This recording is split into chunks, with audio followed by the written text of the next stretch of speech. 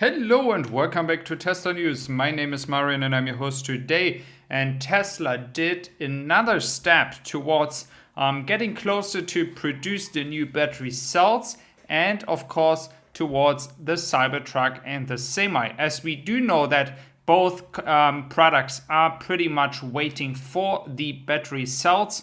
And if the batteries will be ready, the Cybertruck and the Semi can be produced as well.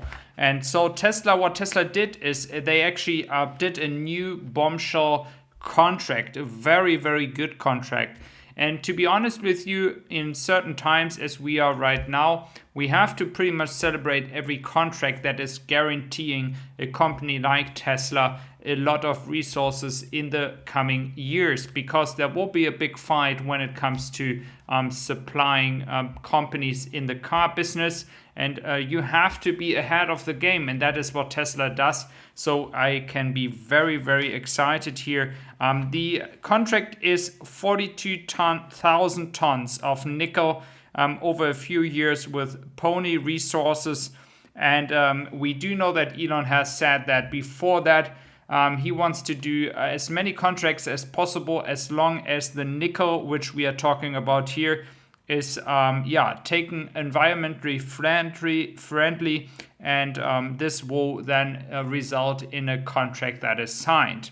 And the interesting part here is that Tesla actually was already with Pony Resources advising them in a lot of matters. So this relationship of advising them first and then making a contract must have been pretty much the game changer here.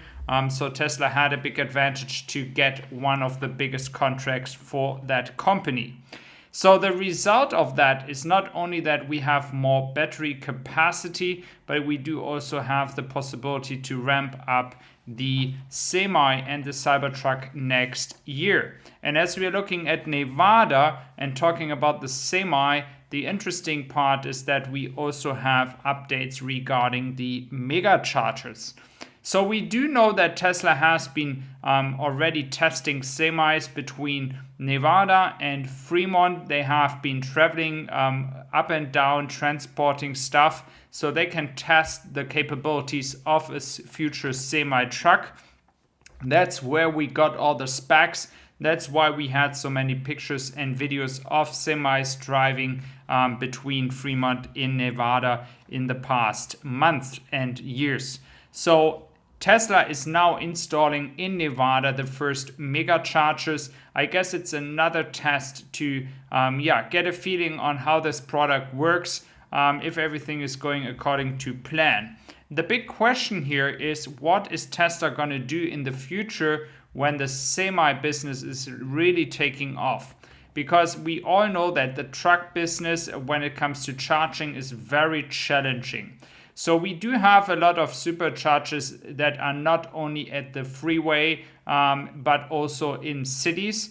And I think for the Semi, it could get a lot of trouble if you are not able to charge outside of cities. So I think what Tesla will do is they will expand superchargers which have space, which are outside of cities, straight at the highway. So they will expand that with the mega chargers. But for the Semi going inside a city, it will be really difficult to build mega chargers inside a big city. Again, I'm very, very happy to see different results than that. Then, as we are looking into Austin here, we do have more results when it comes to the R&D. The interesting part about research and development is that Tesla is spending much more than Ford and Toyota, for example. The only reason why that could be way so high is as well because Tesla is still not selling as many cars as Toyota and Ford. But as an example, Tesla is spending $2,984 on R&D per car. The thing is, Ford is spending like $1,186. Toyota is spending like $1,063. The interesting thing is, when you take that into consideration, is Tesla is not spending on ads. So Ford and Toyota are spending on ads. And if you take that into consideration, Tesla is cheaper because they push all their money in R&D. The other companies have less R&D, which can be seen when it comes to the electrification of those companies. And of course, now they have to shift to that. They have to invest money into the R&D department, but still have all this advertisement money that they need to spend to have brand awareness. So again, Tesla is saving money on the ads, is able to spend more in R&D, which will help the company to go further ahead and compete with everyone trying to go into the new age of electric vehicles.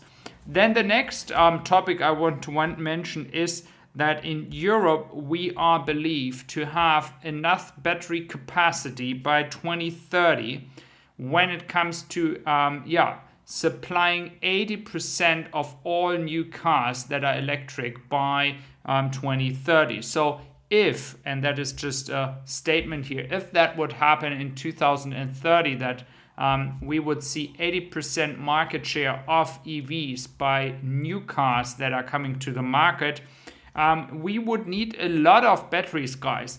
And because of the situation with China, the States, and Europe, and all these kind of political issues and trades and blah, blah, blah, blah, we do have now a lot of people in Europe that start to think to have an independent battery industry. So CATL is moving here, LG is building some stuff over here in Europe, and Europe needs that independence to be competitive. And so currently we do have around 1.4 terawatt hours of batteries planned, like guaranteed for till 2030. There are already 3.6 terawatt that are in total planned, but not guaranteed yet. So at least 50% are guaranteed, and a major role in this entire game is Tesla. The question is how fast they can ramp up the production in Grünheide. It is a pretty small battery factory with 50 gigawatt hours, but they have been thinking about expanding that to upwards of 250 gigawatt hours per year. And this would be close to the 320 gigawatt hours that Europe has right now as a capacity.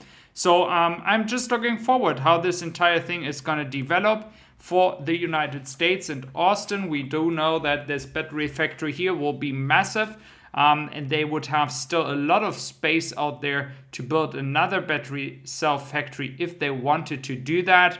But I think the cell factory that we have here is enough to supply the entire place. So thank you very much for being here, and I wish you all a wonderful day. Take care, guys.